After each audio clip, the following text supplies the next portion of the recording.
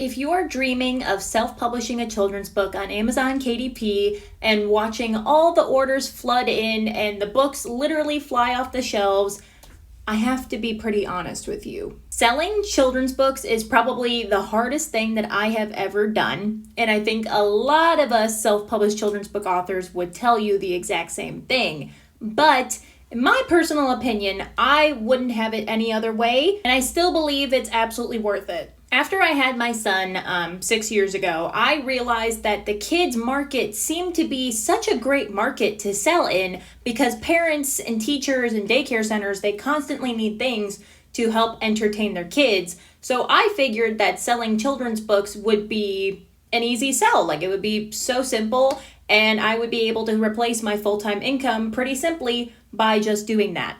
But I learned the hard way that that's definitely not true. I'm going to tell you right now, it is completely normal and you don't need to feel discouraged after launch week, or if after a year you've only sold like 10 to 20 copies. Don't feel discouraged and don't let that get to you and don't let that make you give up. Like, you can revive a book. You can keep selling a book after launch week, and you don't need to rely on Amazon or any other online book retailer. It's funny too, because I thought actually writing and illustrating and like setting up the formatting to fit Amazon KDP would be the hardest part. It's actually not. It's actually the selling part and the marketing part. That is the hardest part. It is the biggest learning curve I have ever had to go through, aside from giving birth and having a small child and like keeping this baby alive by myself. Like, that was, I thought, would be the hardest thing that I ever did. This is the hardest thing I've ever done. Fortunately, they don't really make a college degree or like a certification for this kind of stuff. So you kind of have to wing it and you have to learn the hard way and you have to learn by trial and error. But I personally believe that creates more success than just buying your way out. If this is the route that you want to take and you actually want to sell your self-published children's books, like you want to make it work, you're probably going to have to hand sell them. When I say hand sell, that means you're probably going to have to sell them in person. Like, you're going to have to either get them stocked in bookstores, which you do have to connect with the people behind the bookstores, or you have to sell them at in-person events. That's actually how I make the majority of my book sales, is through in-person events, and that's how I get my books into bookstores, is by doing in-person events.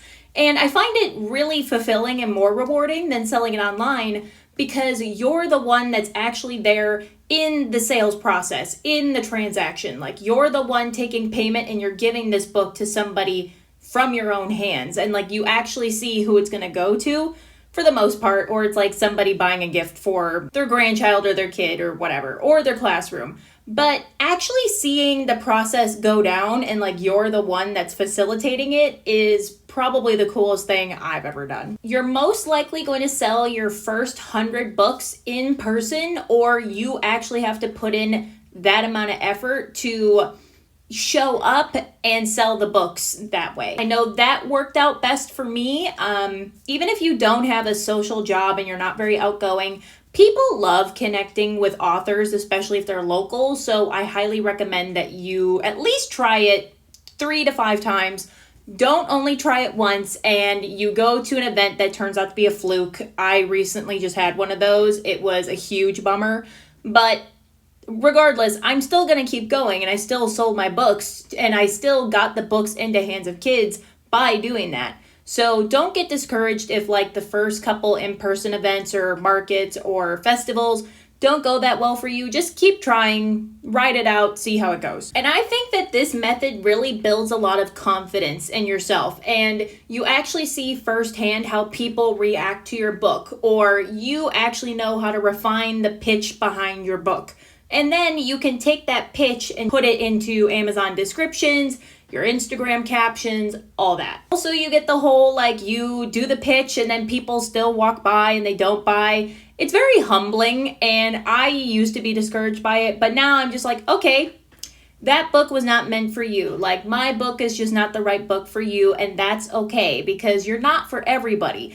Even on this YouTube channel, like, there are a lot of people that watch my videos and don't subscribe, And if you're one of those people and you do like my videos, please go ahead and subscribe. I really appreciate it. It's like, I'm not for everybody, and that's okay. You're not going to be for everybody, but you find the people who are for you and who are on your team and who will really resonate with your books and leave good reviews and spread word of mouth with your books. And when you self-publish your children's book, you realize that selling is so hard, especially online. Like, it is so hard. It's so difficult because you can try to put up as many Instagram posts or Facebook posts promoting your book and telling them why this is a good book, or you're posting in groups, doing all that, and it's still crickets and you get clicks but then no sales.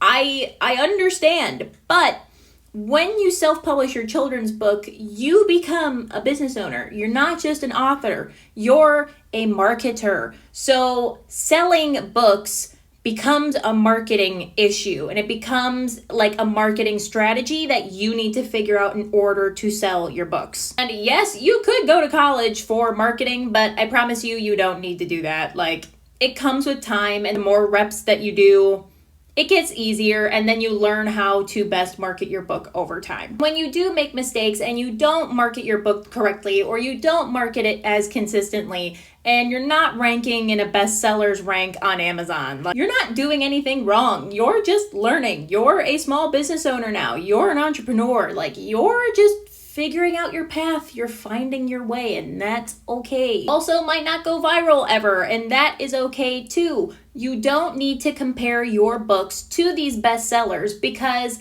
take Dr. Seuss, for example. I use him as a reference a lot, but because Dr. Seuss is a long-standing brand. They built a brand out of Dr. Seuss books and characters and the imagery and the world that he created. And that's why they sell so well, because they've been doing this for decades, literally decades.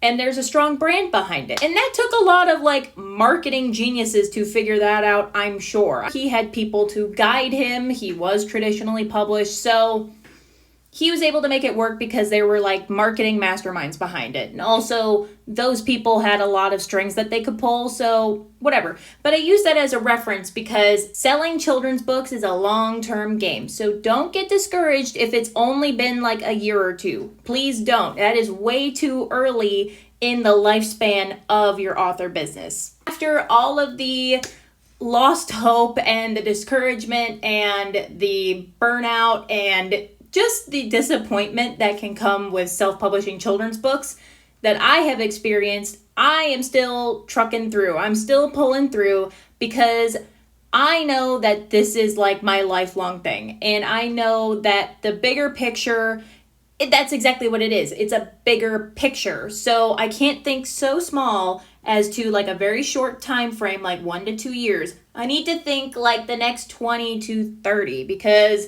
God knows I'll still be doing it. But if you're like me, think about it in that sense. Think about it in the next 20 or 30 years, or even just like 5 to 10, like if you're just trying it out. But think long term and don't get too discouraged because yes, selling children's books is probably the hardest thing that you're gonna sell. Like I said, I wouldn't trade this for the world. And if you really go at it, and if you really try your best and you pivot and you figure out different strategies that'll work for you, I promise it will work for you. I hope you found this video somewhat informative or helpful or useful or even just like encouraging, because sometimes you need that little boost of inspiration to keep you going. I know like when I get discouraged or I just have a lack of motivation, I hop onto YouTube and I watch my favorite YouTube videos or I listen to my favorite podcasts, and they help spark the inspiration and motivation. So if this video just did that for you, I am so glad. I am so glad I could do that for you because I want you to get your book out there. Like, kids deserve to have your book in their hands and to remember your message. And if you really like this video, please go ahead and actually like the video. YouTube will push out videos that actually get physical likes on them. And when you physically like this video, it gets pushed out to more self-published children's book authors that need to hear this stuff. We need to help each other out. Did you like the video yet? It's okay, I'll wait. Okay, did you like it? Cool, let's move on. If you enjoyed watching this video, you're probably gonna like this next one.